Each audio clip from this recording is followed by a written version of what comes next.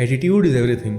मैंने अपनी पिछली वीडियो में आपको इस बुक की 3 की आइडियाज बताए थे और ये वीडियो उसी का पार्ट 2 है, जिसमें आपको जानने मिलेगा कि कंफर्ट जोन से कैसे बाहर आया जाए। आप जानेंगे कि कैसे आपको बात करने का तरीका आपको सक्सेसफुल होने से रोक रहा है, और इस वीडियो में आप सीखेंगे कि कैसे हम अपनी फियर को ओवरकम करके एक विनर जैसा एटीट्यूड बना सकते हैं। तो चलिए देर न करते हुए वीडियो स्टार्ट करते हैं। दोस्तों, आपके वर्ड्स में, आपके शब्दों में बहुत ताकत होती है। वो एक बेहतर फ्यूचर बना भी सकते हैं और बर्बाद भी कर सकते हैं। आप खुद से बार बार जैसी बातें करते हैं वैसा ही आपका बिलीव बन जाता है, और जैसा आपका बिलीव होता है आपको रिजल्ट भी वैसे ही मिलते हैं। एग्जाम्पल, राहुल सोचता है वो सेल्स में अच्छा नहीं है। वो खुद से और अपने दोस्तों से यही कहता है, मैं कभी सेल्स में अच्छा नहीं कर सकता। अब वो जितनी बार ये बात बोलेगा उसका बिलीव उतना ही मजबूत होता चला जाएगा, और जब उसका ये बिलीव बन जाएगा कि वो सेल्स में सक्सेसफुल नहीं हो सकता तो वो एक्शंस भी कम लेगा। वो कुछ भी प्रोडक्टिव ऐसा नहीं करेगा जिससे वो एक अच्छा सेल्समैन बन सके, और इस वजह से उसके बिलीव और भी ज्यादा नेगेटिव होते चले जाएंगे। और अब तक तो आप समझ ही गए होंगे कि उसका फ्यूचर कैसा होने वाला है। वही राहुल से बिल्कुल अपोजिट उसका दोस्त राजेश, जो राहुल की जितनी क्वालिफिकेशन और स्किल्स रखता है, वो खुद से और सबसे ये कहता है कि देखना, मैं एक दिन वर्ल्ड का बेस्ट सेल्समैन बन के दिखाऊंगा। और वो इस बात पे बिलीव करता है कि एक दिन वो वर्ल्ड का बेस्ट सेल्समैन बनेगा। अब क्योंकि उसका ये बिलीव है कि उसे वर्ल्ड्स बेस्ट सेल्समैन बनना है, तो वो एक्शंस भी वैसे ही लेगा। वो खुद की पर्सनैलिटी पे, बॉडी लैंग्वेज पे और कम्युनिकेशन स्किल्स पे काम करेगा, जो उसे वर्ल्ड्स बेस्ट सेल्समैन ना सही लेकिन एक सक्सेसफुल सेल्समैन जरूर बना देगी। तो दोस्तों, देखा आपने कैसे हमारी बात करने का तरीका ये डिसाइड करता है कि हम सक्सेसफुल होंगे या नहीं। हमें अपने गोल्स दूसरों को बताने चाहिए या नहीं।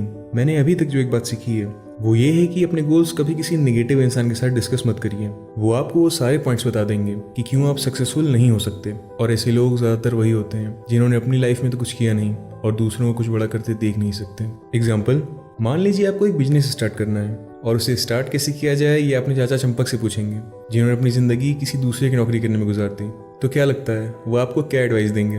वो आपको एक पूरी लिस्ट दे देंगे कि क्यों आपको बिजनेस स्टार्ट नहीं करना चाहिए। और चाचा चंपक से थोड़ी देर बात करने के बाद आपको खुद पे इतना कॉन्फिडेंस नहीं रह जाएगा कि आप बिजनेस करने के लायक हैं। इसीलिए अपने गोल्स बस उन्हीं के साथ डिस्कस करिए जो आपकी फील्ड की नॉलेज और एक पॉजिटिव एटीट्यूड रखते हो। हम सभी ऐसे लोगों को जानते हैं जो हमेशा ये कहते रहते हैं कि मैं ये नहीं कर सकता, मैं इसमें अच्छा नहीं हूँ, ये तो मेरे लिए इम्पॉसिबल है। और जब कोई इंसान दिनों रात ऐसी बातें करता है तो वो और कुछ नहीं बल्कि अपने माइंड को फेलियर के लिए प्रोग्राम कर रहा है। क्या आप भी अपनी लाइफ के इन एरियाज को नेगेटिव एटीट्यूड से देखते हैं? रिलेशनशिप, लोग मेरा हमेशा फायदा उठाते हैं। फाइनेंस, मैं हमेशा गरीब ही रह जाऊंगा।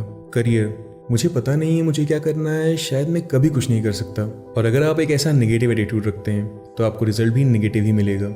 ये बात याद रखिएगा कि आप जैसी सोच रखते हैं, जैसी बातें करते हैं, आपका सबकॉन्शियस माइंड वैसे ही प्रोग्राम हो जाता है। तो अपने शब्दों की पावर को समझिए और एक पॉजिटिव एटीट्यूड रखिए जो आपको मदद करेगा वो सब हासिल करने में जो आप चाहते हैं। हाउ आर यू, कैसे हो?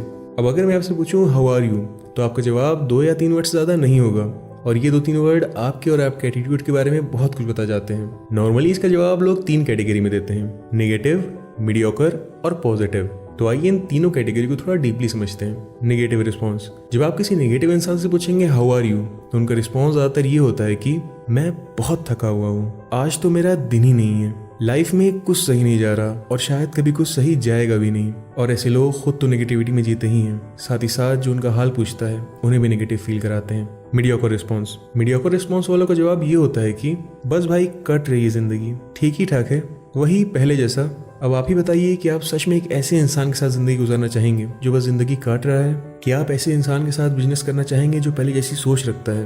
क्योंकि ऐसे लोगों ने सालों साल मीडियोकर सोच और बातें कर करके एक मीडियोकर एटीट्यूड डेवलप कर लिया है, जो उन्हें मीडियोकर रिजल्ट और एक मीडियोकर लाइफ देगा जो शायद आप नहीं चाहते। फिर आता है पॉजिटिव एटीट्यूड। पॉजिटिव एटीट्यूड वाले एक अलग ही एनर्जी के साथ जवाब देते हैं, शानदार, जबरदस्त, जिंदाबाद। अरे भाई, इससे अच्छा तो हो ही नहीं सकता। और ऐसे लोग आपको कभी उदास, परेशान या कंप्लेन करते नहीं देखेंगे।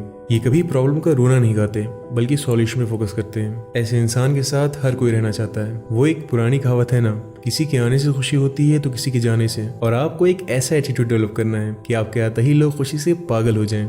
Stop complaining. लेडी हॉलैंड कहती हैं परेशानियां बच्चों की तरह होती हैं, आप उसका जितना लाड प्यार करेंगे वो उतनी ही बढ़ती चली जाएंगी। वो इंसान जिंदगी में कभी कुछ बड़ा नहीं कर सकता जो हमेशा कंप्लेन करता रहता है। अगर मेरे पास पैसे होते तो शायद मैं भी बिजनेस कर पाता, अगर मेरा एडमिशन उस कॉलेज में हुआ होता तो शायद मैं भी आज किसी बड़ी कंपनी में काम कर रहा होता। किसी ने सही कहा है कि अगर आपके पास पीने के लिए साफ पानी और 2 वक्त का खाना है तो आपको कंप्लेन करने का कोई हक नहीं। दोस्तों, आपको ये बात समझनी होगी कि कंप्लेनिंग एटीट्यूड रख के आप जिंदगी में कभी कुछ बड़ा हासिल नहीं कर सकते। इसके बजाय आप ये देखिए कि आपके पास कितना कुछ है जिसके लिए दुनिया में लाखों लोग तरस रहे हैं। अपने डर पे जीत हासिल करके आगे कैसे बढ़ें। अगर आपको सच में सक्सेसफुल होना है तो आपको अनकंफर्टेबल होना होगा। ये बात सुनने में बहुत सिंपल लगती है, लेकिन ज्यादातर लोग करते क्या हैं, जब वो कोई फियरफुल या अनकंफर्टेबल सिचुएशन फेस करते हैं वो डर की वजह से एक्शन नहीं लेते, जिस वजह से वो कभी अपने कंफर्ट जोन से बाहर नहीं आ पाते। दोस्तों, हम सबके अपने अलग अलग डर होते हैं। एग्जाम्पल, कोई पब्लिक स्पीच देने से डरता है तो कोई लाइफ में एक बड़े चेंज से, कोई फेल होने के डर से डरता है तो कोई एक नया दोस्त बनाने से। यहाँ डर से ये मतलब है कि जो डर आपके प्रोफेशनल और पर्सनल ग्रोथ के रास्ते में आता है और जिसे अगर आप ओवरकम नहीं करेंगे तो आप लाइफ में कभी कुछ बड़ा नहीं कर सकते। इमेजिन करिए आपका कंफर्ट जोन एक सर्कल है जिसके अंदर आपकी वो हैबिट्स और रूटीन्स हैं जिसे करने में आप अनकंफर्टेबल फील नहीं करते। लेकिन जैसा हम सब जानते हैं, आज तक कोई भी एक ऐसा इंसान नहीं हुआ जो अपने कंफर्ट जोन में रहकर बहुत सक्सेसफुल हुआ हो। क्योंकि जब भी आप अपने कंफर्ट जोन से बाहर आने की कोशिश करते हैं आप नर्वस और एंशियस फील करने लगते हैं, जिस वजह से आप वापस अपने कंफर्ट जोन में चले जाते हैं। दोस्तों, काश मैं आपको एक ऐसा सॉल्यूशन दे पाता जिससे आप बिना कोई एफर्ट किए, बिना कोई फियर और एंजाइटी के अपने कंफर्ट जोन से बाहर आ पाते। लेकिन अनफॉर्चुनेटली ऐसा कोई रास्ता नहीं। आपको जिंदगी में कुछ बड़ा करने के लिए, कुछ सीखने के लिए अपने डर का सामना करना ही होगा, अपने डर पे जीत हासिल करनी ही होगी। तो अगली बार जब भी अपने कंफर्ट जोन से बाहर आते वक्त आप कोई ऐसी सिचुएशन फेस करिए कि जब आपको माइंड कहे ये मुझसे नहीं होगा, तुम कुछ बड़ा करने के लिए नहीं बने, तो ये बात याद रखिएगा कि हमारा माइंड हमें फियर और एंजाइटी इसीलिए फील कराता है क्योंकि उसे अनकंफर्टेबल होना पसंद नहीं। लेकिन बिना अनकंफर्टेबल हुए आप कुछ भी हासिल नहीं कर सकते।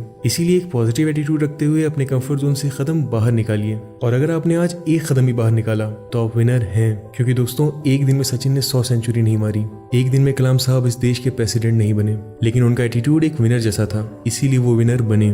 तो आपको भी अपने कंफर्ट जोन से बाहर आने के लिए रोज छोटे छोटे कदम लेने होंगे और हर कदम के साथ खुद को ये बोलिए कि मैं एक विनर हूँ।